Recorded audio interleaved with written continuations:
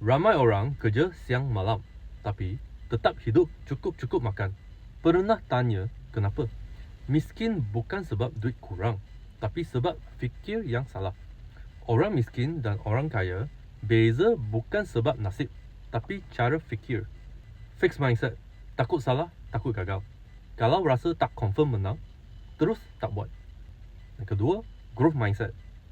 Gagal pun tak apa, janji belajar sebab dia percaya usaha boleh ubah hidup. Ramai tak sedar, fixed mindset ni sebenarnya diwarisi dari kecil lagi. Kalau asyik dipuji sebab bijak, lama-lama akan takut salah. Kalau dibesarkan dalam rumah yang selalu kata tak payah, usaha pun tak guna, otak kita akan percaya benda tu.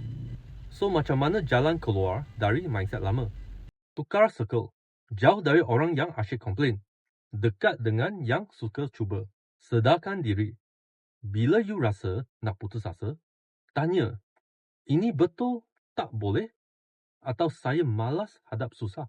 Buat dulu, bila you mula ubah diri, dunia you pun akan ikut berubah. Yang miskin bukan poket dulu, tapi mindset kita. Nak ubah hidup, ubah cara fikir dulu.